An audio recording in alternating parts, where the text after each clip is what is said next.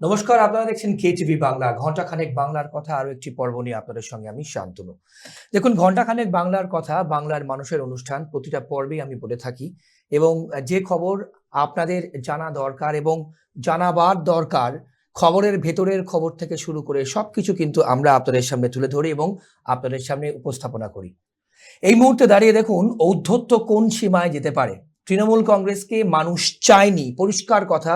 তৃণমূল কংগ্রেসকে মানুষ চায়নি বলেই বাংলায় প্রথমবার বিজেপি সরকারকে মানুষ মন খুলে ভোট দিয়েছে। এবং তারপর থেকে দেখুন, মুখ্যমন্ত্রী শুভেন্দু অধিকারী শপথ নেওয়ার পর থেকে, নতুন সরকার শপথ নেওয়ার পর থেকে তৃণমূল দুভাগে বিভক্ত, আপনারা প্রত্যেকে জানেন। তো তার মধ্যেও অভিষেক বন্দ্যোপাধ্যায়, সো কল্ড যুবরাজ, তার কিন্তু ঔদ্ধত্য এক বিন্দু কমেনি। সব ক্ষেত্রে তার বিরুদ্ধে দুর্নীতির অভিযোগ। কয়লায় দুর্নীতি, বালিতে দুর্নীতি, চাকরি ক্ষেত্রে দুর্নীতি, কোথায় দুর্নীতি নেই। কিন্তু এর মধ্যেও যারা এই তৃণমূল থেকে ওই তৃণমূলে গেছে, মানে কালীঘাট তৃণমূল ছেড়ে ঋতব্রত তৃণমূলে গেছে, তাদের ঘরে ফেরানোর জল্পনায় জল ঢেলে বিস্ফোরক অভিষেক বন্দ্যোপাধ্যায়। 21শে জুলাই কাল, তার প্রাক্কালে বিদ্রোহী যারা সাংসদ এবং বিধায়কদের উদ্দেশ্যে তার সাফ বার্তা, আপনাদের সমস্যা যদি আমাকে নিয়ে হয়, মানে অভিষেককে নিয়ে হয়, তবে আপনারা দলে ফিরে আসুন।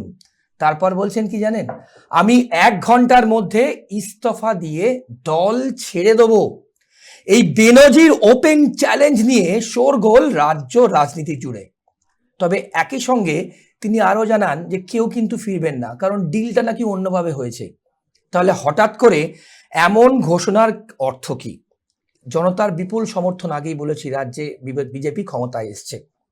আমরা আজকে এই নিয়ে প্রথম পার্ট রাখবো এবং তার আমতলা অফিসকে কিন্তু ডেমলিশ করা হয়েছে, যদিও হাইকোর্ট থেকে স্থগিতাদেশ দেওয়া হয়েছে, সেটা নিয়েও আমরা আলোচনা করব। এবং তার সঙ্গে তপন দাশগুপ্ত, সপ্তগ্রামের প্রাক্তন বিধায়ক, তিনিও কিন্তু দল ছেড়ে দিয়েছেন। তাহলে এই লাইনে পরবর্তী কে, আমরা কারা কারা আছেন আজকে পরিচয় করাবো। কিন্তু তার আগে এই যে বললাম অভিষেক বন্দ্যোপাধ্যায়ের ঔদ্ধত্যর কত কোন লিমিট, এবং যে প্রতিবেদন আপনাদের সামনে আমরা রাখবো, আপনারা তাতে কিন্তু বুঝতে পারবেন কি বলেছিলেন অভিষেক বন্দ্যোপাধ্যায়। চলুন। বারবার বিদ্রোহীদের নিশানায় থেকেছেন অভিষেক বন্দ্যোপাধ্যায়। এমনকি খোদ মমতার শিবিরেও একাংশের কাছে তিনি সমালোচিত। বিদ্রোহীদের একাংশের সাফ কথা, অভিষেক থাকলে তারা দলে আর ফিরবে না। এই পরিস্থিতিতে শনিবার সাংবাদিকদের মুখোমুখি হয়ে তৃণমূলের সর্বভারতীয় সাধারণ সম্পাদক সরাসরি চ্যালেঞ্জ ছুড়ে দিলেন বিদ্রোহী শিবিরকে। অভিষেকের স্পষ্ট কথা বা স্পষ্ট ভাষায় তিনি জানিয়েছেন, যদি ওদের কেউ ফিরে আসে আমি 24 ঘন্টার মধ্যে ইস্তফা দেব, মিলিয়ে নিন, একজনও আসবেন না। সমস্যা রয়েছে, তারা যদি বলে যে দলের এই পারফরমেন্সের জন্য বা পরাজয়ের জন্য অভিষেক বন্দ্যোপাধ্যায় দায়ী হয়, তাহলে 24-এ যে তৃণমূল কংগ্রেস 29টা আসন পেয়েছে তার কৃতিত্বও আমার। যদি ডিসক্রেডিট আমার হয়, আরে তাহলে জেতার সময় ক্রেডিটও আমার। আর যাদের আমাকে নিয়ে সমস্যা, তাদেরকে অনুরোধ করব যে মানুষ বোকা নয়। আজকে 18 তারিখ, আপনি 19 তারিখ আসুন, 20 তারিখ আসুন, 21 তারিখ আসুন, যবে আসার আসুন, আজকে চলে আসুন। আপনারা ফিরে আসুন, আমি 1 ঘন্টার মধ্যে ইস্তফা দিয়ে দিচ্ছি। কেউ আসবে না। ডিল হচ্ছে ওদিকে যাও, অভিষেক ব্যানার্জিকে গালাগালি দাও, তোমাকে বেঁচে থাক, তোমাকে বাঁচিয়ে রাখবো, ইডিও ধরবে না, সিবিআইও ধরবে না। যাদের বিরুদ্ধে ভুড়ি ভুড়ি অভিযোগ, তারা এখন হয় পুলিশের কাছে ধৃত, না হলে বালিশ চাটা ঋতব্রত। এদিন দলত্যাগীদের ভীতু বলে কটাক্ষ করেন অভিষেক বন্দ্যোপাধ্যায়। जहाँ जाना है जाए, उसमें दिक्कत क्या है। लेकिन एक ईडी समन आते ही अगर आप चले जाओगे तो ये साफ है कि आप लड़ना नहीं चाहते हो, आप डरते हो, और डरते हो तभी झुकते हो। भाई अगर आपके पास कुछ है नहीं, अगर मान लो सब कुछ आपका पक्ष में है, तो आप जाओ। ईडी में मेरे को भी बुलाए, मैं तो भागा नहीं हूं। मेरे को 10 बार बुलाया, मेरे को सीआईडी बुलाया, मेरे को एसटीएफ बुला रहे हैं, मेरे को सीआईडी बुला रहे हैं, मेरे को स्टेट पुलिस। मेरे खिलाफ कितना एफआईआर हो चुका है? 20, 25, 30 एफआईआर हो चुका है, मुझे खुद मालूम नहीं है। बीजेपी का स्क्रिप्ट है ना, वही बोलोगे तभी तो पुलिस से बचे रहोगे। अगर आप अभिषेक बनर्जी को 4 गाली नहीं दोगे तो पुलिस आपको नहीं छोड़ेगा। अगर आप गाली दोगे तभी आप बचे रहोगे। जो 4 तारीख के बाद जा रहे हैं, 4 तारीख के पहले चला जाता, मैं तो पहले भी था। भाई 24 में पार्टी जीत के आया, 29 आसन पार्टी जीता, तो अगर हार का जिम्मेदारी अभिषेक बनर्जी का है, 24 में जीत का जिम्मेदारी भी अभिषेक बनर्जी का है। কার্যত ভেঙে খান খান কালীঘাট তৃণমূল। রাজ্যে পালাবদলের পর থেকেই মমতা বন্দ্যোপাধ্যায়ের ঘর খণ্ড বিখণ্ড। দীর্ঘদিনের আস্থাভাজনরা একে একে সঙ্গ ছেড়েছে, হাত ধরেছে ঋতব্রত বন্দ্যোপাধ্যায়ের। সম্প্রতি সেই তালিকায় নয়া সংযোজন হয়েছে মদন মিত্রের নাম। আর এরই মধ্যে 21শে জুলাইয়ের মেঘা সমাবেশে প্রাক্কালে অভিষেকের এই 1 ঘন্টার ডেডলাইন ও ওপেন চ্যালেঞ্জ যে রাজ্য রাজনীতিতে নতুন করে শোরগোল ফেলে দিল তা বলাই বাহুল্য। Bureau report, KTV Bangla. আপনার সামনে আমরা রাখলাম এবং পরিষ্কার যে ঔদ্ধত্যর কথা উল্লেখ করলাম আপনারা কিন্তু শুনলেন। এই নিয়ে কিন্তু আমরা আলোচনা করবো। আপনার সঙ্গে পরিচয় করে দেবো আমাদের আজকের প্যানেলে কারা কারা আছেন।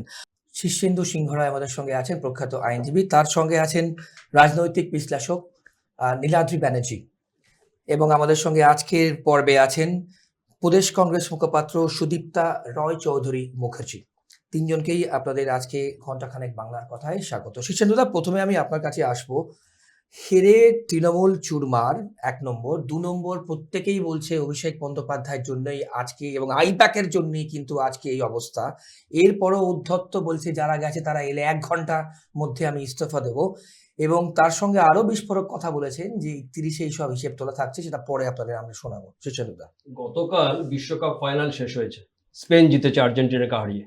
কিন্তু যখন বিশ্বকাপ শুরু হয় তখন মেসি, রোনাল্ডো, এমবাপে, ইয়ান্তন, এদের যে গোলপোস্টের সামনে যে ডিবিল দিয়ে গোল করার যে গতি, তার থেকেও বেশি গতিতে এই অভিষেক বন্দ্যোপাধ্যায়ের হঠাৎ উত্থান, সামনের সারিতে আসা, ফ্লাইটে থেকে জেটে যাওয়া, এইগুলো মানুষ দেখেছে।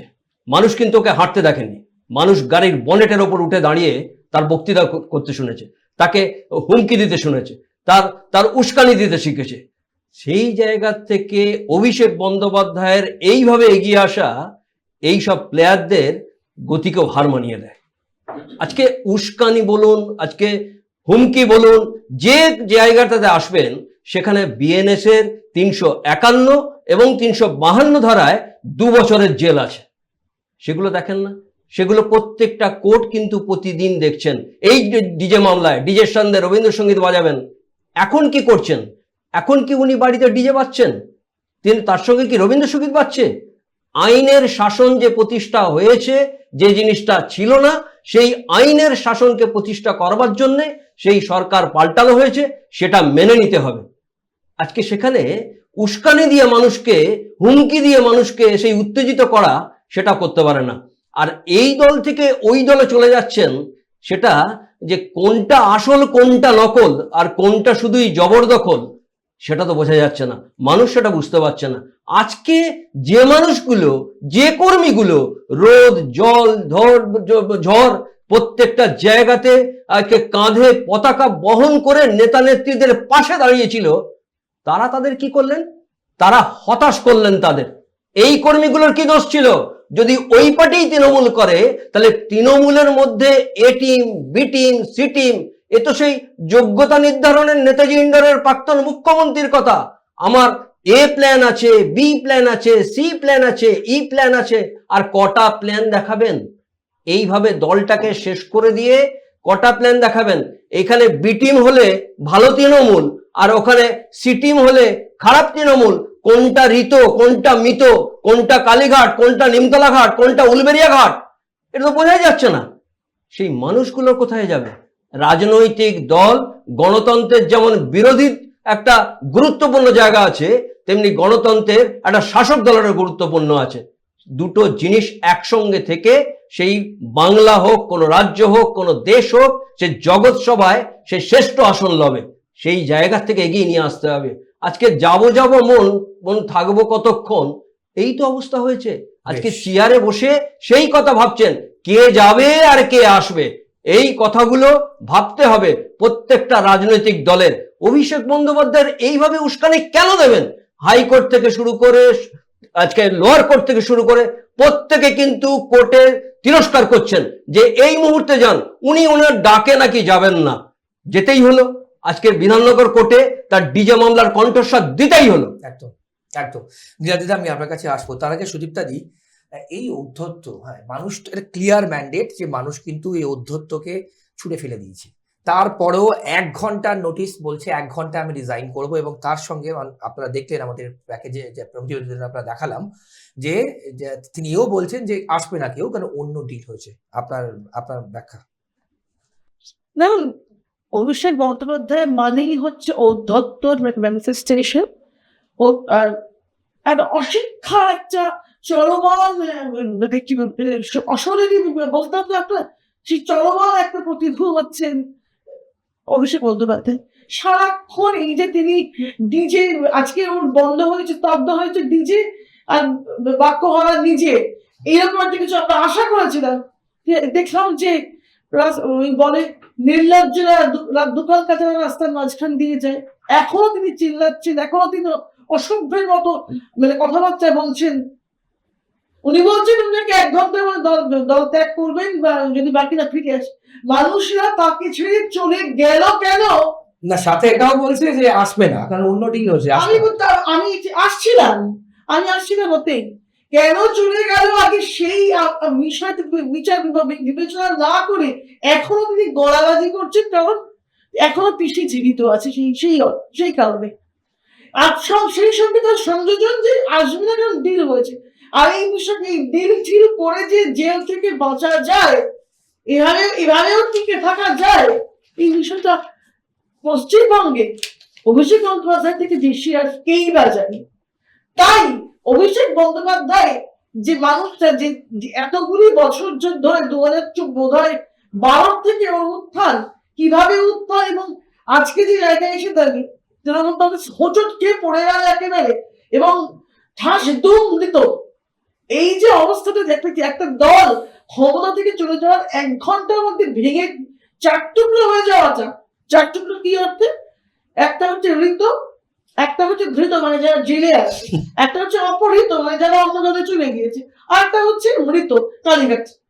এই যে 4 টুকরো হয়ে গেল, তাহলে আজকে আমরা 49 বছর ধরে ক্ষমতার বাইরে আছে কংগ্রেসের গা কেটে তৈরি হওয়া দল, এই এতটুকু আদর্শ নেই যে এইটুকু বিষয় তো রেজিস্ট করতে পারি।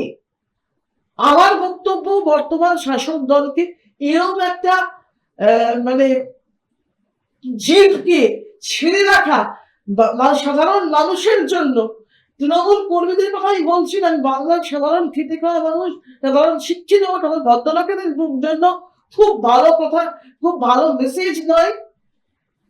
এই যে কণ্ঠস্বর দিতে যাবে না, কেন যাবে না? কারণ কারণটা তো সবাই জানে। তাহলে কাকুর সঙ্গে এই যে বিষয়টা ছিল, ওই গলার আওয়াজ ধরা পড়ে যাবে, ওই ধরা পড়ে যাওয়ার ভয় উনি দিতে চাইছিলেন না। এমন একটা মানুষকে ছেড়ে রেখে দেওয়াটা ক্ষত্রে সে খালি নেই, বাঙালি ক্ষত্রে মেয়ে যদি রাস্তায় একে ছেড়ে রেখে দেওয়া হয়। বেশ, নীলাদ্রিদা, আমি এখান থেকেই যাবো। সুশীন্দুদা, সুস্মিতা দুজনে যেভাবে বললেন, সেক্ষেত্রে আপনি রাজনৈতিকভাবে এর ব্যাখ্যা কিভাবে করবেন? মানে একটা মানুষ যার জন্য, যে প্রত্যেকে তাকে পিন পয়েন্ট করছে, তার জন্যই আজ এই অবস্থা 15 বছর বাংলায় শাসন করার পর, তারপরও এই ঔদ্ধত্য এবং এই ওপেন চ্যালেঞ্জ। বলুন। তৃণমূল কংগ্রেস দলটাকে দেখে না আমার কাল রাতের নীল সাদা আর্জেন্টিনার কথা খালি মনে পড়ে যাচ্ছে।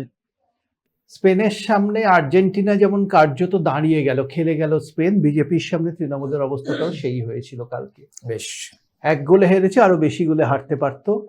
কিন্তু কেউ যদি বলেন এই আর্জেন্টিনার পরাজয়ের জন্য একমাত্র দায়ী হচ্ছে এমি মার্টিনেজ, গোলরক্ষক, তিনি তো গোলটা খেলেন, সেই জন্যই আর্জেন্টিনা হারলো, সেটা বোধহয় অত্যুক্তি করা হয়ে যাবে। যে কেউ যদি বলে তৃণমূল কংগ্রেসের এই পরাজয়ের জন্য একমাত্র দায়ী অভিষেক বন্দ্যোপাধ্যায়ের ঔদ্ধত্য, তিনিই তো সবকিছু গোল করে দিলেন, তাহলে তো অনেক কিছু উপেক্ষা করতে হয়। আমাদের উপেক্ষা করতে হয় মমতা বন্দ্যোপাধ্যায় স্বয়ং ধর্মতলায় দাঁড়িয়ে উস্কানি দিয়েছিলেন, যদি আমরা হেরে যাই একটি সম্প্রদায়ের মানুষ আপনাদের ঘিরে ফেলবে এবং 1 মিনিটে খেলা শেষ করে দেবে।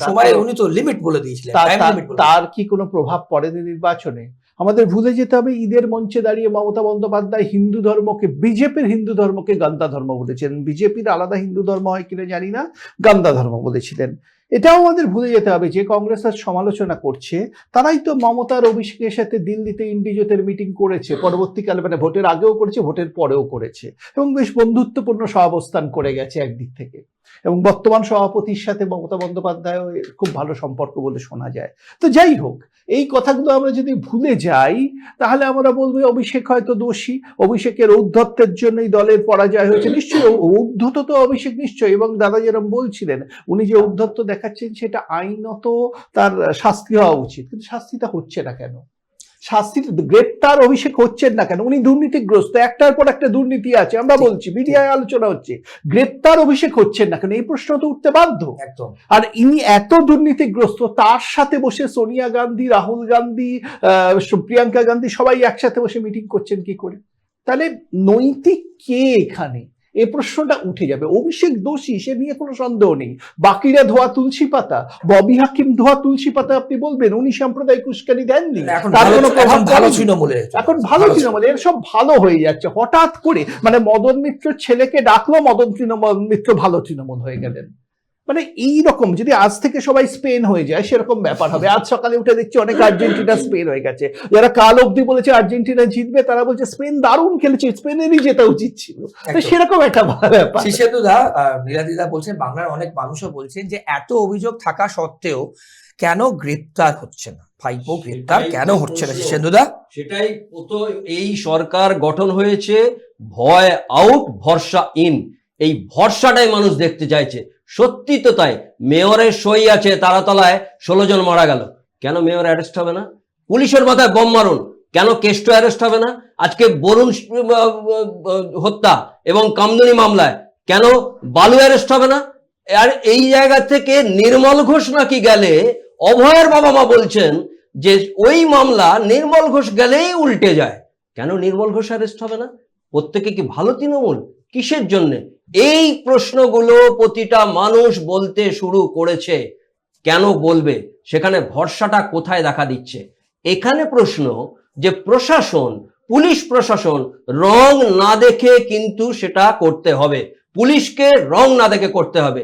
যেখানে পাক সার্কাসে গন্ডগোল হলে মুখ্যমন্ত্রী এসে বলেন যে পুলিশ আজ থেকে কিন্তু কোন রকম কোনো তাদের প্রতি আঘাত করবে না, একদম ঠিক বলেছেন।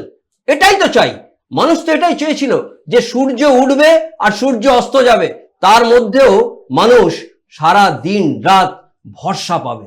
সেই জন্য তো ভোট দেওয়া হয়েছে, সেই ভরসাটা কিন্তু রাখতে হবে, তবে কিন্তু এগিয়ে যাবে। না এগোতে পারলে মানুষ কিন্তু প্রশ্ন করবে যে এটা কেন হচ্ছে, ওটা কেন হচ্ছে না। আজকে ভালো আর খারাপ তৃণমূল বলে কিছু হয় না, তৃণমূল বলেই খারাপ। কারণ তৃণমূল যে 15টা বছর যেভাবে মানুষকে রেখেছিল, মানুষের আজকে যে শিক্ষকদের সমাজের মেরুদণ্ড বলা হয়, সেই চক ডাস্টার নিয়ে শিক্ষাঙ্গনে শিক্ষা দান করার কথা ছিল, তাদের রাস্তা একাই বসিয়েছিল, এই তৃণমূল বসিয়েছিল। আজকে বেকার ছেলেমেয়েরা 18 থেকে 28, 19 থেকে 29, একটা ছেলের চাকরি নেই, কে করেছিল? এই তৃণমূল করেছিল। একটা কারখানা নেই, একটা তার কোনো যোগ্যতা দেখতে পড়াশোনা করে হোয়াট নেক্সট কিছু করতে পারছেন না। শিক্ষা নেই, স্বাস্থ্য নেই, প্রত্যেকটা জায়গায় সমাজের প্রতিটা ক্ষেত্রে দুর্নীতি হয়েছে। এই দুর্নীতি শুধু সমাজের মেরুদণ্ডে হয়েছে, মেরুদণ্ডে গুণ ধরে দিয়েছেন এই তৃণমূল। সেই জন্য তৃণমূল বলে ভালো তৃণমূল আর খারাপ তৃণমূল বলে কিছু হয় না।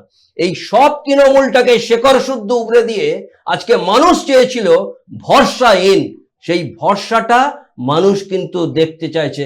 মানুষ প্রশ্ন করছে, কেন তুমি দিল্লিতে নিয়ে গিয়ে এই 3 জনকে ইস্তফা দিয়ে আবার 3 জন রাজ্যসভায় চলে যাবে? একদম, এটা কিন্তু একদম। কেউ দেখতে পাচ্ছেন না। একদম। এখান থেকে আমি আপনার কাছে আসবো সুদীপ্তাদি, যেটা শীর্ষেন্দুদা বললেন যে অনেক কিন্তু তৃণমূলের যারা দুভাগে বিভক্ত, অনেকে কিন্তু দিল্লিতে গিয়ে আপনাদের হাইকমান্ডে গিয়ে কিন্তু দরজা নক করেছিল, কিন্তু আপনাদের দরজা কিন্তু খুলেনি। আর তারপর এই যে দল বদল, অর্থাৎ শীর্ষেন্দুদা যেটা বললেন যে দুপুরবেলায় জয়েন করে রাত্রিবেলা রাজ্যসভার প্রার্থী, কিভাবে দেখছেন আপনি? আমার দরজা খুলতে তারাই আসবে যারা টেন্টেড নয়, যাদের পিছনে ইডি সিবিআই লাগেনি, তেমন লোক সাধারণ কর্মী আমাদের বিভিন্ন ব্লক স্তরে, বিভিন্ন স্তরে রোজ জয়েন করছে। এবং আমি আপনাকে দায়িত্ব নিয়ে জানিয়ে যাচ্ছি, 20শে জুন কালচারাল সেল, আমি কালচারাল সেল কো-চেয়ারপারসন দলের, কালচারাল সেলের হাত ধরেও অন্তত 10 জন মানুষ, সমাজের বিভিন্ন স্তরের মানুষ তারা জয়েন করেছেন কংগ্রেসে। কংগ্রেসে তারাই আসবেন, আমি আবারও বলছি, যাদের কাছে ভয় পাওয়ার কিছু নেই, যারা কংগ্রেসের কাছে ভরসা খুঁজে পাবেন। এবার যে বিষয়টা সেতুদা বলেন, সেটাই তো প্রশ্ন, যে আগে আমি বলেছিলাম অভয়ার যখন ঘটনাটা 2024 সালে, তখন অমিত শাহ সেই সময় যখন তুমুল আন্দোলন চলছে, অমিত শাহ তখন সল্টলেকে একটি স্টেডিয়াম, একটি হল নিয়ে, একটি নামকরা হলে এসেছিলেন দলীয় অনুষ্ঠান পারফর্ম করতে। ওকে অনুরোধ জানানো হয়েছিল বলে আমরা সংবাদ মাধ্যম থেকে জানতে পেরেছিলাম যে অভয়ার পরিবারের সঙ্গে দেখা করার জন্য। সেই সময় তিনি অভয়ার পরিবারের সঙ্গে দেখাও করেননি বা তাদেরকে সেই মঞ্চে অ্যালাউ পর্যন্ত করেননি। তার ফলটা কি হয়েছিল আজও কি, আজকে হয়তো অভয়ার মা তিনি এমএলএ হয়ে গিয়েছেন, যেভাবে রিজওয়ানুর দাদা হয়ে গিয়েছিল। রিজওয়ানুর যেমন ইনসাফ পায়নি, অভয়া বা কতদূর বা কবে ইনসাফ পাবে আমরা জানি না। তো এই যে দল বদল এবং লুকাছুপির যে খেলাটা চলছে, ঋতব্রত তৃণমূল যে আসলটা বিজেপিরই আর একটা শাখা সংগঠন, এবং যারা দিল্লি চলে গিয়েছেন তারা তো খুলেআম নেমেই পড়েছেন, পর্দা ছড়ে গেছে। তো এই যে মানুষকে বোকা বানানো, এই মুহূর্তে পশ্চিমবঙ্গে দুজন বিরোধী এমএলএ আছেন আমাদের দল থেকে, আর একজন বাম থেকে, আর কোন বিরোধী এমএলএ বলে এই মুহূর্তে কিছু নেই। সরকার পক্ষ এবং সরকারের একটা বি টিম আছে। যদি কোনোদিন বর্তমান মুখ্যমন্ত্রী কোন রকম অসুবিধা বোধ করেন তার বর্তমান দল থেকে, তাহলে তিনি তার জন্য একটা ব্যাকআপ টিম রেডি রেখেছেন। আচ্ছা, নীরজ, আপনার কাছে আসবো। তার আগে আমি প্রথমেই অনুষ্ঠান শুরু করবার আগে আপনাদের বলেছিলাম, ভাবুন রুক্মিণী মিত্র মানে যে কোয়েল মল্লিক, তিনি পর্যন্ত রেডি হয়ে গিয়েছেন সেজে গুজে, যে গেলেই ওখানে রাজ্যসভা আরেকবার হয়ে যাবে, ভাগে ভাগে রাজ্যসভা হচ্ছে যাতে অন্য কেউ ঢুকতেই না পারে। বেশ, নীলাজ দিদা, আপনার কাছে আসার আগে প্রথমে যেটা বলেছিলাম আমরা পর্ব শুরু করবার আগে, যে এখনো কিন্তু উদ্ধত্ত তো বাদ দিন, থ্রেট করছে ওপেন, বলছে 31-এ সব তোলা থাকছে, 2031-এ নাকি সব হিসেব হবে। এবং তার পাশাপাশি ব্যাক টু ব্যাক আপনাদের দেখাবো, তপন দাশগুপ্ত সপ্তগ্রামের প্রাক্তন বিধায়ক, তিনিও দল ছেড়ে দিলেন, অর্থাৎ তিনি কোন তৃণমূল হলেন সেটা মানুষ ঠিক করবে। আমরা ব্যাক টু ব্যাক দেখবো। প্রথমে 2031-এ নাকি হিসেব, এবং তারপর তপন দাশগুপ্ত ঠিক কি বলেছেন শুনুন তো। আর ঈশ্বর সৃষ্টিকর্তা সর্বশক্তিমানের আশীর্বাদে যদি বেঁচে থাকি, ওই যে বললাম যে আইনের যে ধারায় আপনারা এই অত্যাচারগুলো করেছেন, একই আইনের একই ধারা 31-এ ফিরিয়ে দেবো সুদ সমেত। আমি ছেড়ে দিচ্ছি কারণ এই তৃণমূল সেই তৃণমূল যে তৃণমূল করতে সেই তৃণমূল নয়। আর মমতা ব্যানার্জি তৃণমূল নেই, এখন সব এত গ্রুপ, মানুষের সঙ্গে বাজে ব্যবহার, অনেক জায়গায় টাকা পয়সা চুরি, এই সব নিয়ে তৃণমূল আজকে শেষ হয়ে গেছে। বাংলার মানুষ, হুগলি জেলার মানুষ, আজকে আমি যখন এই জেলায় 12 বছর সভাপতি ছিলাম, তখন এখানে 18টা সিট পেয়েছিলাম, 18টার মধ্যে 16টা, এখন 2টোতে নেমেছে। তার মানে মানুষ আমাদের সঙ্গে নেই, কর্মীরা নেই। কর্মীদের কথাতে তাদের সঙ্গে আলোচনা, সাধারণ মানুষ, বুদ্ধিজীবী হুগলি জেলায় আলোচনা করেছি, 2 মাস টাইম নিয়েছি, যার ফলে আমি তাদের কথা মতো সিদ্ধান্ত নিয়ে অনেক চিন্তা ভাবনা করে আজকে তৃণমূল কংগ্রেসে রিজাইন করলাম। নীলাজ দিদা, আপনার কাছে আসবো, আমি তিনজনকেই একই প্রশ্ন করব। 31-এ সুদ সমেত ফেরত দেবো, এখনো সেই বডি ল্যাঙ্গুয়েজ বনেটের ওপর দাঁড়িয়ে দেখছেন যে ছবি আপনারা, যার জন্য কিন্তু মামলা চলছে এবং কণ্ঠস্বর দিতেই হয়েছে। নীলাজ দিদা, না, প্রথম কথা 31-এ তৃণমূল দলটা আদৌ থাকবে কিনা, না 21-এর বাম কংগ্রেসের মতো তৃণমূলও শূন্য হয়ে যাবে, সেটা তো দেখতে হবে। উনি সুদ সমেত কী ফেরত দেবেন, কাকে দেবেন, দিবাস্বপ্ন দেখছেন। কিন্তু একটা কথা আমি না বলে পাচ্ছি না, যে তৃণমূল কংগ্রেসের সপক্ষে কোনো সমর্থন নেই, মানুষের সমর্থন চলে গেছে, এটাও কিন্তু বলা ঠিক নয়। কারণ এবারের নির্বাচনে 2,60,00,000 ভোট পেয়েছিল তৃণমূল, যেটা ছিল ভোটারের 41%। কংগ্রেস বা সিপিএম কত শতাংশ এবং কত ভোট পেয়েছিল আমার জানা নেই। তো এখন এই এত ভোট যারা পেল, যদি তাদের বিরুদ্ধে এত দুর্নীতির অভিযোগ থাকা সত্ত্বেও তারা পেল, এবার কয়েকটা জিনিস দেখুন। আমি 3টে কেন্দ্রের নাম বলছি যেখানে তৃণমূল ল্যান্ডস্লাইড ভিক্টরি পেয়েছে। 1 বালিগঞ্জ কলকাতার বুকে, 2 এন্টালি, 3 পোর্ট। এই Right. তিনটে কেন্দ্রের একটা বিশেষ ক্যারেক্টারিস্টিক্স আছে। এখানে সংখ্যালঘু ভোট হচ্ছে একটা বিরাট সংখ্যক ভোটারদের অংশ, অর্থাৎ যেখানে সংখ্যালঘুরা বেশি সংখ্যায় আছে সেখানে তৃণমূল ভোট পাচ্ছে, দুর্নীতি সত্ত্বেও পাচ্ছে, আর যেখানে সংখ্যালঘুরা একটু বেশি কম সংখ্যায় আছে সেখানে ল্যান্ডস্লাইড ভিক্টরি পাচ্ছে বিজেপি। অর্থাৎ জয়টা ঠিক দুর্নীতির জন্য নয়, জয়টা মূলত হয়েছে হিন্দু ভোট কনসলিডেশনের জন্য, একেবারে স্পষ্ট ভাষায় বলছি। এবারে অভিষেক বন্দ্যোপাধ্যায় কি এমন কোনো মন্তব্য করেছেন যাতে হিন্দু ভোট তার বিরুদ্ধে কনসলিডেট হতে পারে? সেটা কিন্তু খুঁজে পাবে না, দুর্নীতি পাবেন, ঔদ্ধত্য পাবেন। হিন্দু ভোট কনসলিডেশনের জন্য কেউ যদি দায়ী থাকেন তাহলে দুজন মানুষ, একজন মমতা বন্দ্যোপাধ্যায় আর একজন ববি হাকিম। এই দুজন মানুষ কিন্তু বারবার সাম্প্রদায়িক এবং উত্তরে সিদ্দিকুল্লাহ চৌধুরী এবং আরো অনেক মানুষ আছেন, কিন্তু এদের মূলত এদের কথা মানুষ মনে করে। সুতরাং মূল কারণ যে পরাজয়ের হিন্দু ভোট কনসলিডেশন, এই বিজেপির বাক্সে হিন্দু ভোটটা কনসলিডেট হয়ে গেল, এর জন্য কেউ যদি অভিষেককে দায়ী করেন সেটা কিন্তু সত্যের অপলাপ হচ্ছে। যারা বলছেন আমি তৃণমূল ছেড়ে বেরিয়ে যাচ্ছি, অভিষেক গ্রহণযোগ্য নয়, মমতা গ্রহণযোগ্য, তারা সত্যের অপলাপ করছেন। তারা নিজেরাও জানেন তারা সেই একই অপরাধে অপরাধী, এই পরাজয়ের জন্য তাদের দায় আছে, তারা ধোয়া তুলসী পাতা সারতে চাইছেন। বেশ। তো অভিষেকের বক্তব্য একদিকে ঠিক, আর এই 2031টা দিবা স্বপ্ন, এটা শূন্য হবেন না এক হবেন সেটা তার ব্যাপার, কিন্তু তার মধ্যে উনি দিবা স্বপ্ন দেখছেন, এটা আশা দেখছেন, এটা মানুষ তো আশা নিয়েই বাঁচে। বেশ, আমরা শীর্ষেন্দুদা এবং সুদীপ্তাদি আপনার কাছে ফেরত আসবে। শীর্ষেন্দুদা, আপনার রিয়াকশন দিয়ে 2031 সুদে আসলে হিসেব নেবেন, এবং তার সঙ্গে তপন দাশগুপ্ত বলছেন এরকম চোর দলের সঙ্গে থাকবো না, তাই তৃণমূল ছেড়ে দিলাম। মানে ভাইপো তো সুদটা পরে দেখবেন, আসলটা দেখুন। 80 জন জিতেছিলেন, 2/3 সই করলে বিরোধী দলের নেতা হয়, সেখানে সই জাল করছেন। জাল তো আপনাদের দরন্দে রন্দে ঢুকে গেছে। কোন পাচারটা করেননি? লোকে বলে বালি গরু, এই রিসেন্ট দেখছি রক্ত পাচার হচ্ছে রাজ্যে রাজ্যে, সেই জীবনটা পর্যন্ত পাচার করতে শুরু করে দিয়েছেন। আপনি 31-এ দেখাবেন কি? আপনার হিসেবের খাতায় কোন দিন কোন ডাক পড়ছে সেইটা লিখে রাখুন ভালো করে। আজ সিআইডি, কাল সিবিআই, পরশুদিন ইডি, এই করতে করতে ডাকের পর ডাক চললে হবে না। মানুষ দেখতে চাইছে কিন্তু আপনি কবে ভেতরে যাবেন সেইটা দেখতে চাইছে। আর নিজেরা আগে ঠিক করুন। একটা শহীদ দিবস, সেই 21শে জুলাই, যেটা মানুষের একটা শহীদ, সেই জায়গাতে আপনারা 3 জন ভাগ, 25 জন ভাগ, এই ভাগ করলে তো যোগটা করবেন কখন? সেই যোগ হলে তবে তো 31। আপনার 26 থেকে 5 যোগ করলে 31, আপনার তো 5 বিয়োগ নয় 50 বিয়োগ হয়ে যাচ্ছে। 80টাতে তো একজন বিরোধী দলের নেতা করতে পারলেন না, সেখানে এখানে কিছুজন যাচ্ছেন, ওখানে কিছুজন যাচ্ছেন। আগে নিজেরা জড়ো হন, নিজেরা দেখুন, রাস্তা দেখাবে। রাস্তা যখন শেষ হয় তখন রাস্তায় পথ দেখায়, বাড়ির ভেতর পথ দেখায় না, গেটের ভেতর পথ দেখায় না। গাড়ি করে গেলে 5 জন তার পাশে জানলায় আপনাকে দেখা যাবে না, ডিম ছুড়বে কিনা তার জন্য গার্ড হবে, এটা পথ দেখায় না। পথ কিন্তু পথকেই দেখায়, সেটাই দেখতে হবে, সেটাই আপনাকে দেখাবে, তবে আপনি 31-এ এই কথা বলতে পারবেন। শুধু শুধু এরকম উচ্চারণ করে এই এরকম যেমন হুমকি দিচ্ছিলেন, তেমনি স্বপ্নের মতো মানুষকে দেখালে হবে না। মানুষ দেখতে চায় যেমন আপনাদের। আর এই এটা দেখছেন 72 সাল থেকে বাঙালি অন্তত এই রাজ্য কাউকে আনার জন্য ভোট দেয়নি, তাড়ানোর জন্য ভোট দিয়েছে। 72 থেকে 77-এ সিদ্ধার্থ শঙ্কর রায়কে তাড়ানোর জন্য সিপিএম কে নিয়ে এসেছিল, সিপিএম কে তাড়ানোর জন্য 11তে তৃণমূলকে নিয়ে এসছে, এই তৃণমূলকে তাড়ানোর জন্য 26-এ বিজেপিকে নিয়ে এসছে। কাউকে আনার জন্য ভোট দেয় না। সেই জন্য নিজেরা তৈরি হতে হয়। নিজেরা যদি সলিড হয়, গঠনতন্ত্র হয়, সংবিধান ঠিক হয়, নীতি ঠিক হয়, তবে রাজনৈতিক দল এগিয়ে যায়। রাজনৈতিক দলকে আগে ঠিক করুন, নিজেদের দলকে আগে ঠিক করুন, নিজেদের এমএলএ এমপিকে ঠিক করুন।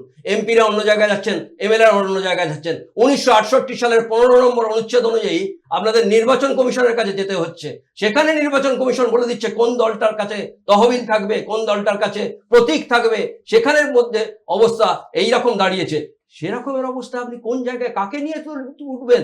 আপনি একা হাঁটবেন, আপনার পিছনে যে কেউ নেই, আপনি যে একা পড়ে গেছেন, সেই জায়গাটা আপনার দেখুন। সেখানে যে কোন এনসিপি কেউ জানতোই না, সেখানে 20 জন ঢুকে যাচ্ছেন, এখানে 4 জন ঢুকে যাচ্ছেন।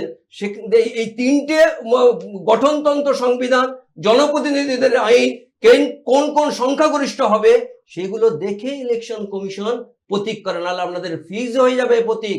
আজকে হাইকোর্টে কালীঘাটের যে অ্যাকাউন্ট, সেটাও ফিজ হয়ে গেছে। কৃষ্ণরাও বিচারপতি তার রায় দিয়েছেন, সেটা দেখতে হবে। প্রত্যেকটা সময় দেখে এগোতে হবে। বেশ, সুদীপ্তাদি, 2031-এ সুদ সমেত হিসেব। আমি একটু পিছনে যাই।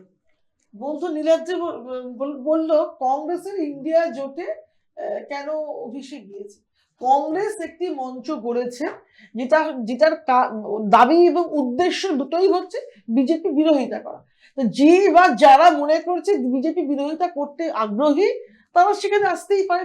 এবার কংগ্রেসের নিশ্চয়ই রাজ্যে রাজ্যে ঘুরে দেখার কথা নয় যে কিভাবে কি চুরি পাচার করছে। যাদের যে দল ক্ষমতায় ক্ষীণ দল কেন্দ্রে এই চুরি পাচার বিভিন্ন বিষয়ের অভিযোগ তো আজকে নতুন নয়, গত 5-7 বছর ধরে অভিযোগ যান আর বেরিয়ে এসে প্রেস করে বলেন যে হ্যাঁ বললাম তেন বললাম, আমি তো গেলাম না ইত্যাদি।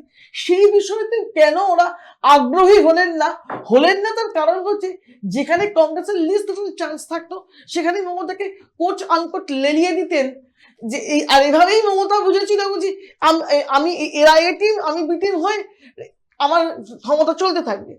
তো চিরদিন কাহারও সমান নাহি যায়। তো মমতাকেও যখন প্রয়োজন ফুরিয়ে গেছে বিজেপি একদম তেজপাশার মতো ছুঁড়ে ফেলে দিয়েছে। আজকে ভাইপো এখনো চিনলে যাচ্ছে হয়তো সেই পুরনো বন্ধুতার কারণে যদি আমি কোনোভাবে বাইপাস করে বেরিয়ে ফুটবলে হচ্ছে ড্রিবল করে চলে যেতে পারি, যদি ভাই কোনোভাবে এদিক ওদিক করে পাশ কাটিয়ে আমি বেরোতে পারি, তাই জন্য একটা পথ করে রাখছেন মানুষকে, আবার কিছু মানুষকে বোকা বানানোর জন্য। আমার বারংবার একটাই কথা, এই মুহূর্তে ডাবল ইঞ্জিন সরকার চলছে। সেই ডাবল ইঞ্জিন সরকার কেন একজন নোটোরিয়াস রাজনৈতিক ক্রিমিনালকে কোন উদ্দেশ্যে ছেড়ে রাখছে? একটি রাজনৈতিক দল 3 ভাগে ভাগ হয়ে গেছে, সবাই যেন ভোটের ভাগের মা ভোট পায় না। তো তারপরেও কেন এরকম বারংবার হুমকি দেওয়ার কথা বলা লোককে এত অভিযোগ আছে যার বিরুদ্ধে তাকে ভালো করে একবার ডেকে জেরা করে এক রাত্রির জন্য জেনে রাখছে না? এই রহস্যটা, এই প্রেম প্রীতি পরিণয় বা এই মস্তিষ্কের এই দুর্বলতম কারণ বিষয়টা সম্বন্ধে একটু জানার আগ্রহ।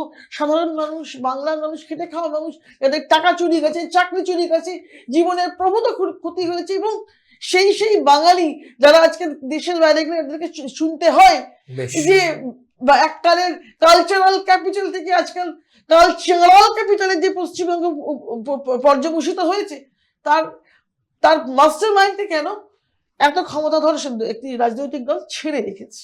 বেশ, আমরা সেদিকে নজর থাকবে। এবার আমরা পরবর্তী যে টপিক নিয়ে আপনাদের সামনে আজ আলোচনা করব সেটা দিল্লিতে কিন্তু আজকে একদম তুলকালাম হয়েছে। আপনারা প্রত্যেকে জানেন সংসদের বাদল অধিবেশন চলাকালীন সংসদ ভবনের বাইরে ককরোচ জনতা পার্টি সিজেপি ঘটনাকে কেন্দ্র করে তাদের অভিযান ছিল, এবং সেই ঘটনাকে কেন্দ্র করে মুহূর্তের মধ্যে তৎপর হয়ে ওঠে সংসদ ভবনের নিরাপত্তার দায়িত্বে থাকা বাহিনী। আপনারা সেই ছবি দেখছেন।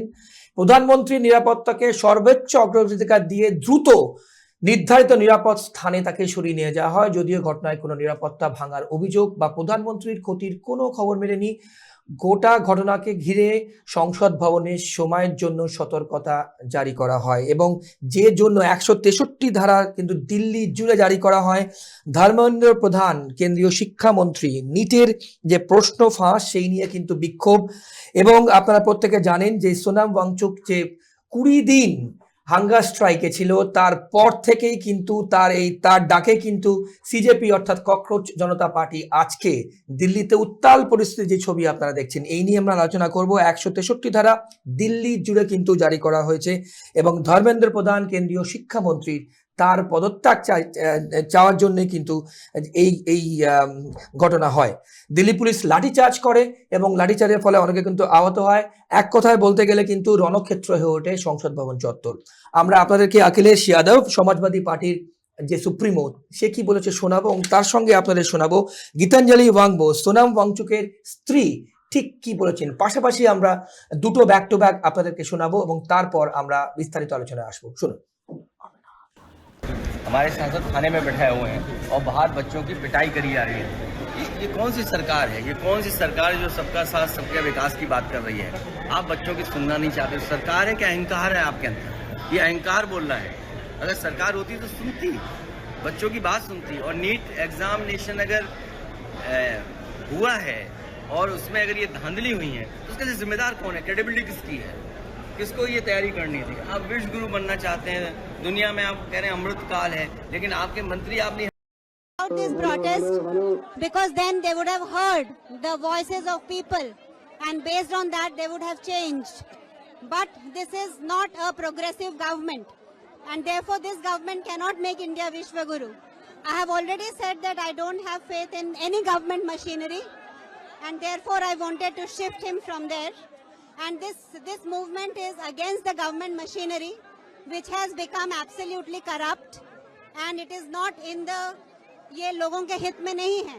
The demands remain the same that education should become the most important issue in the monsoon session of the parliament and we should come out with concrete steps to make the education system in India the best in the world. And that has to start by the resignation of people who were responsible for it and who did not do a good job of it. Thank you. We are standing for the nation. I am standing for India. Sonam is standing for India. We are standing for the education system. We are standing for the youth, their future, and we will continue to.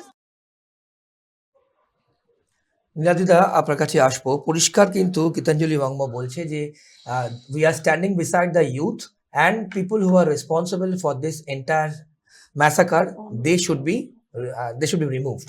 আপনার explanation. না, প্রথম হচ্ছে গণতান্ত্রিক পদ্ধতি, যেটা কেউ যদি এই ধরনের একটা আন্দোলন করেন, গণ আন্দোলন কেউ করতেই পারেন। অতীত জয়প্রকাশ নারায়ণ ইন্দিরা গান্ধীর বিরুদ্ধে গণ আন্দোলন করেছেন, এমার্জেন্সির বিরুদ্ধে। তারপর তার দল নির্বাচনে দাঁড়িয়ে জিতে এসেছিল। তাই ককরোচ জনতা পার্টি নাকি একটা নাম বললেন, এদেরও তো নির্বাচনে তাহলে দাঁড়ানো, মানুষের ম্যান্ডেট নিয়ে তারা জিতে আসুক না, জনসমর্থন নিয়ে গণতান্ত্রিক পদ্ধতিতে গণতন্ত্রে জিতে আসুন, এটাই তো পদ্ধতি। কিন্তু আমরা দেখতে পাচ্ছি এক পাশে যখন এই আন্দোলনগুলো হচ্ছে, বিভিন্ন সময় বিভিন্ন আন্দোলন, অন্যদিকে আমরা দেখছি মহারাষ্ট্রে বিজেপি জিতছে, দিল্লিতে বিজেপি জিতছে, হরিয়ানায় বিজেপি জিতছে, বিহারে বিজেপি জিতছে, পশ্চিমবঙ্গে বিজেপি জিতছে, আসামে বিজেপি জিতছে। তাহলে মানুষের ম্যান্ডেটটা কি করে বিজেপির দিকে যাচ্ছে? তাহলে এটা প্রশ্ন তুলে দিচ্ছে এই যে ভদ্রমহিলা যিনি বলছিলেন, কি নাম বললেন ভুলে গেলাম, তো গীতাঞ্জলি ওয়াংমো।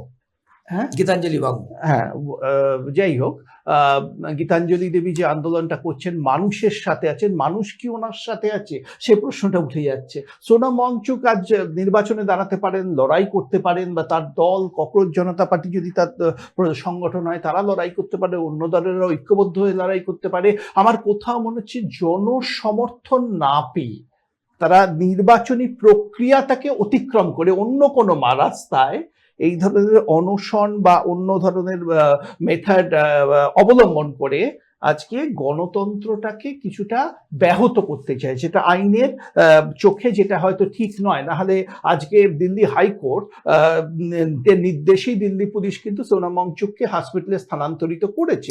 দিল্লি হাইকোর্টের নির্দেশ ছিল এটা, এটা তো স্পষ্ট ব্যাপার। এটা গণতন্ত্র না গণতন্ত্র আমি তার মধ্যে যাচ্ছি না। সুতরাং গণতন্ত্রের একটা নিজস্ব ডেফিনেশন সামনে রেখে নির্বাচিত সরকারের সিদ্ধান্তের বিরোধিতা করে, একজন নির্বাচিত সরকার ঠিক করবে কে শিক্ষামন্ত্রী হবে।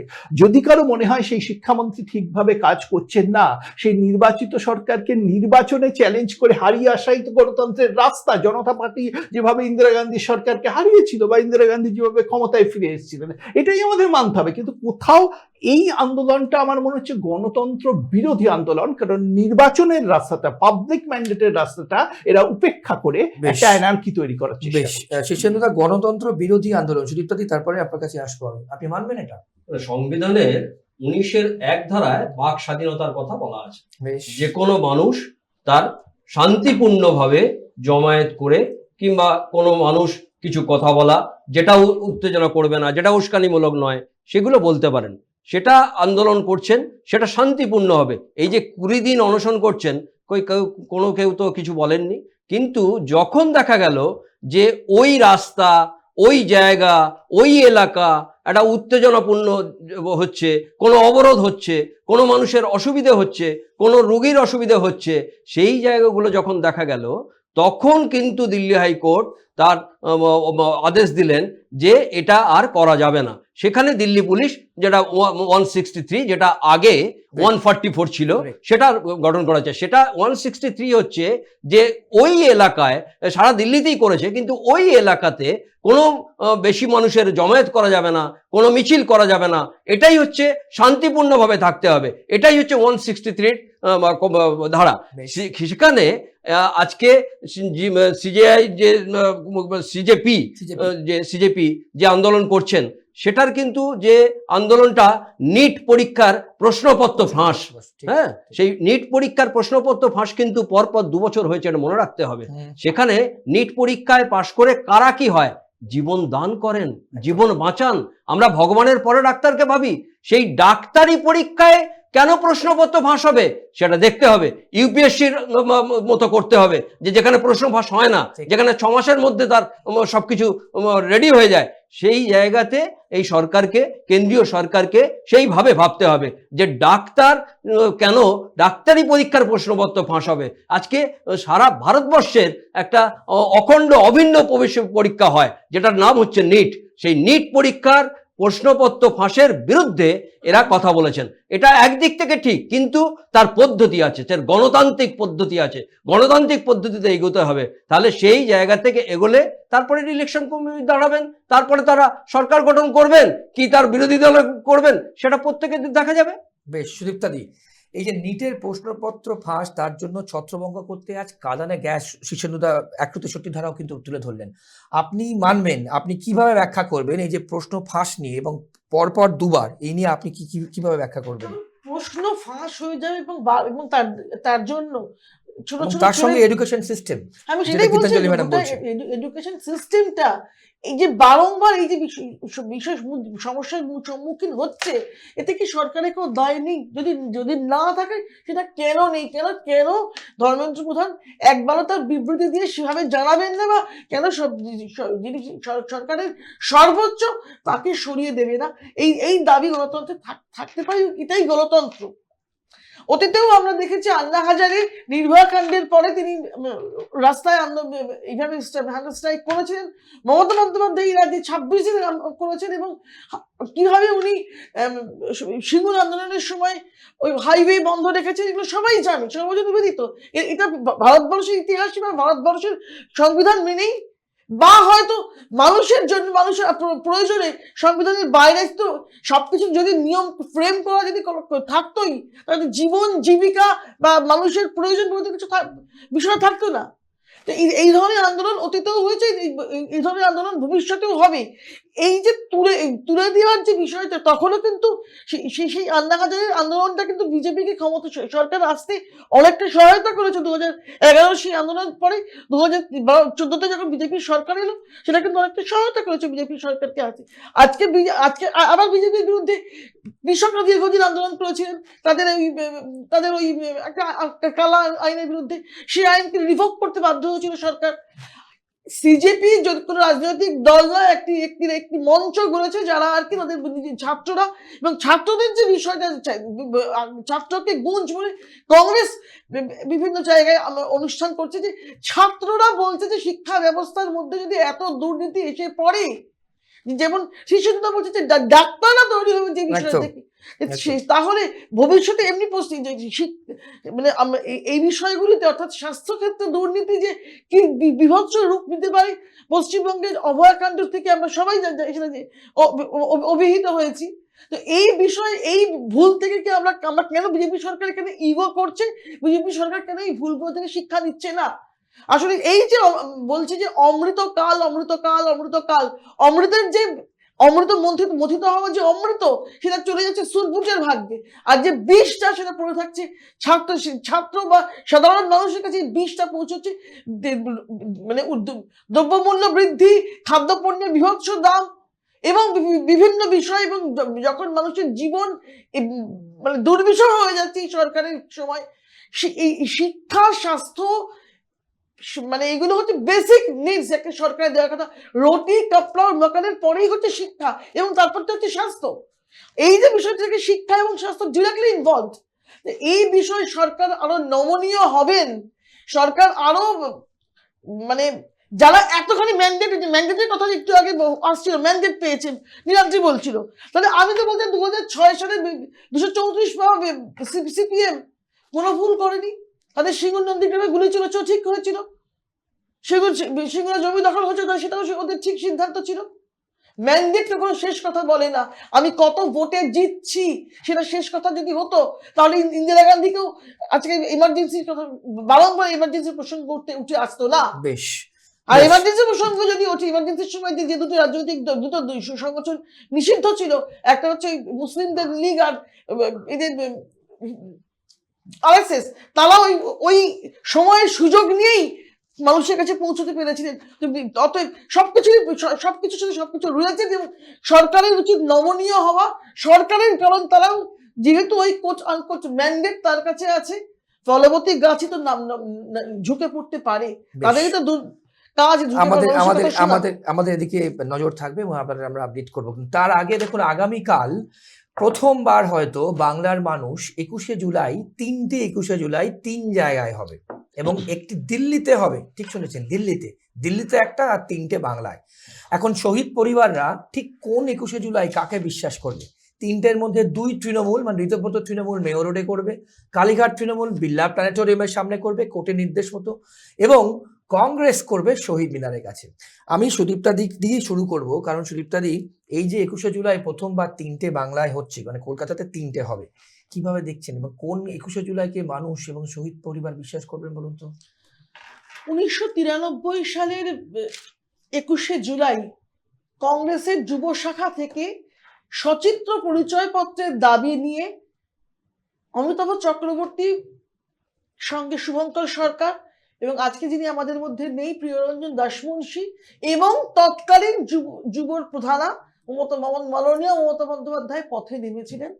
13 জন কংগ্রেস কর্মী এবং একজন পথচারী সেখানে মারা গিয়েছিলেন পুলিশের ট্রিগার হ্যাপি পুলিশের গুলি খেয়ে। এই যে ঘটনাটা ঘটেছিল সেখানে আমাদের আঙুল ছিল মনীশ গুপ্তর দিকে। পুরো বিষয়টা ঘটানো তখন কংগ্রেস, ভারতের জাতীয় কংগ্রেস, তাদের নেতৃত্বে এই আন্দোলন হয়েছিল। বাংলা থেকে এই আন্দোলন শুরু হয়েছিল, যার সুবিধা আপামর ভারতীয় যারা যেন পায়, এই ছিল দাবি। সচিত্র ভোটে যে কোনো অযোগ্য ভোটার যেন ভোট দিয়ে না যায়, যেন যোগ্য ভোটার উইথ সচিত্র পরিচয়পত্র ভোট দিতে পারেন, এই দাবি ছিল। তা আজকে এই তাহলে দেখা যাচ্ছে যে এই পুরো বিষয়টা কংগ্রেসেরই মস্তিষ্কে প্রসূত এবং কংগ্রেস নেতারাই এইটা করেছিলেন, এই আন্দোলনটা করেছিলেন।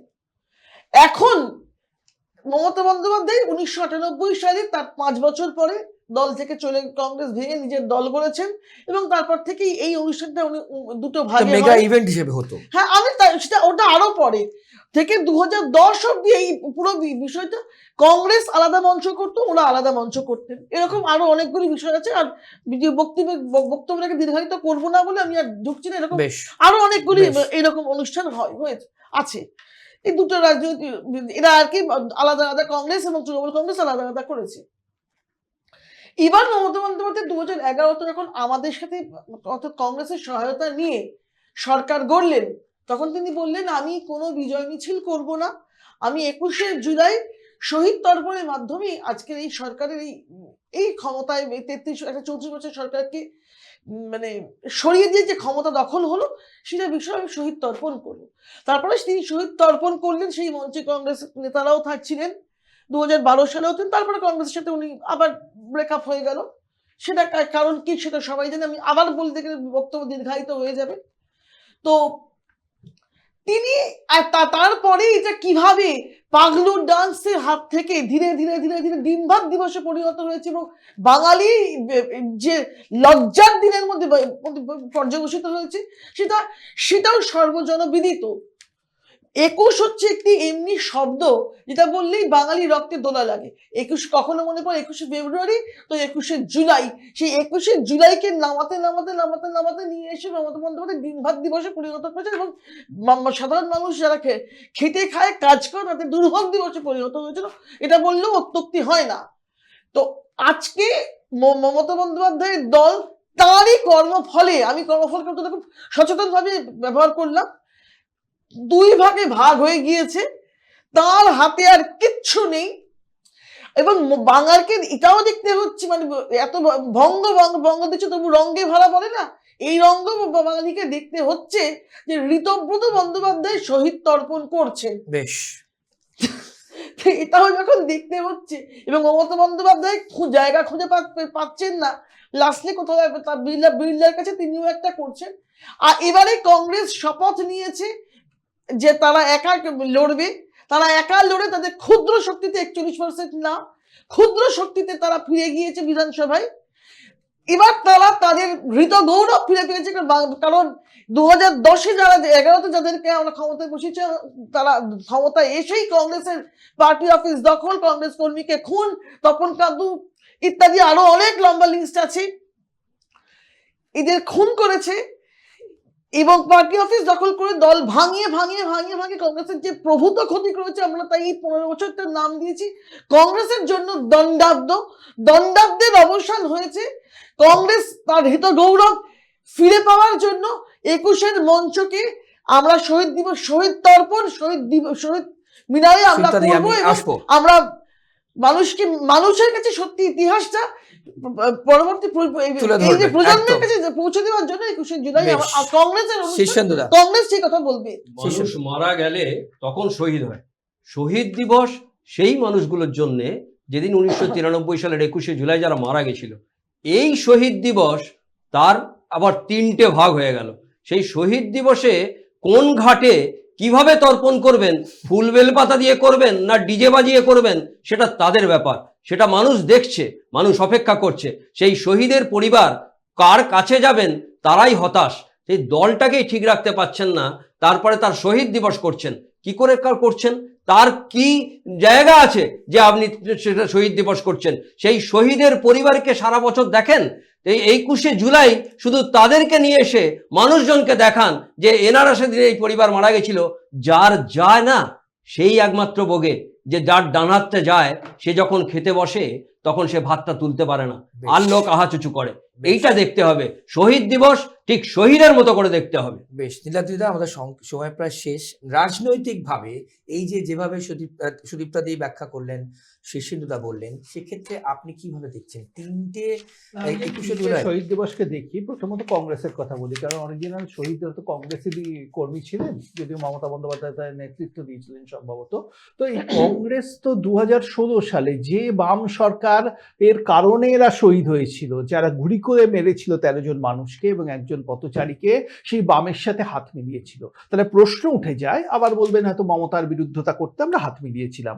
যারা বামেদের সাথে হাত মিলিয়েছিল একদিন এবং এই 2000 এই শূন্য হয়ে যাওয়া অবধি তারা হাত মিলিয়েছিল, এখন সাম্প্রতিক ছেড়েছে সাম্প্রতিক নির্বাচনে, কিন্তু তাদের কোনো নৈতিক অধিকার আছে শহীদ দিবস করার? 2 নম্বর কথা, ঋতব্রত বন্দ্যোপাধ্যায় নিজে বাম রাজনীতি করে এসেছিলেন, যখন গুলি করেই 13 জনকে মারা হয়েছিল তিনি বাম রাজনীতি করতেন, তিনি শহীদ দিবস করছেন, এর থেকে হাস্যকর কিছু হতে পারে না। 3 নম্বর, মমতা বন্দ্যোপাধ্যায় বামেদের সাথে হাত মিলাতে চান এখন, মানে তার এখন বন্ধু হচ্ছে বাম আর শত্রু হচ্ছে বিজেপি, সুতরাং তিনি শহীদ দিবস করবেন কি করে?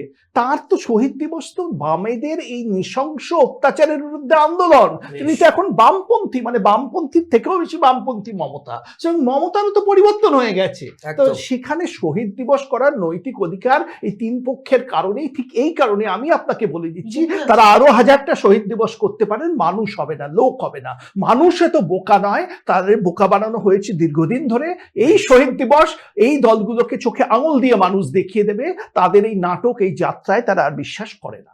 বেশ, আপনাদের 3জনকেই, সুদীপ্তা দি, নীলাদ্রিদা এবং শীর্ষেন্দুদা, 3জনকেই অসংখ্য ধন্যবাদ আমাদের আজকের পর্বে আসবার জন্য। আপনারা শুনলেন ঘণ্টাখানেক বাংলার কথা, কিন্তু আজ আমরা বেশ কিছু গুরুত্বপূর্ণ খবরের ভেতরের খবর টপিক আপনাদের সামনে নিয়ে আলোচনা করলাম। আমাদের অনুষ্ঠান চলতে থাকবে, আর অন্যান্য সব খবরের জন্য দেখতে থাকুন KTV বাংলা। নমস্কার।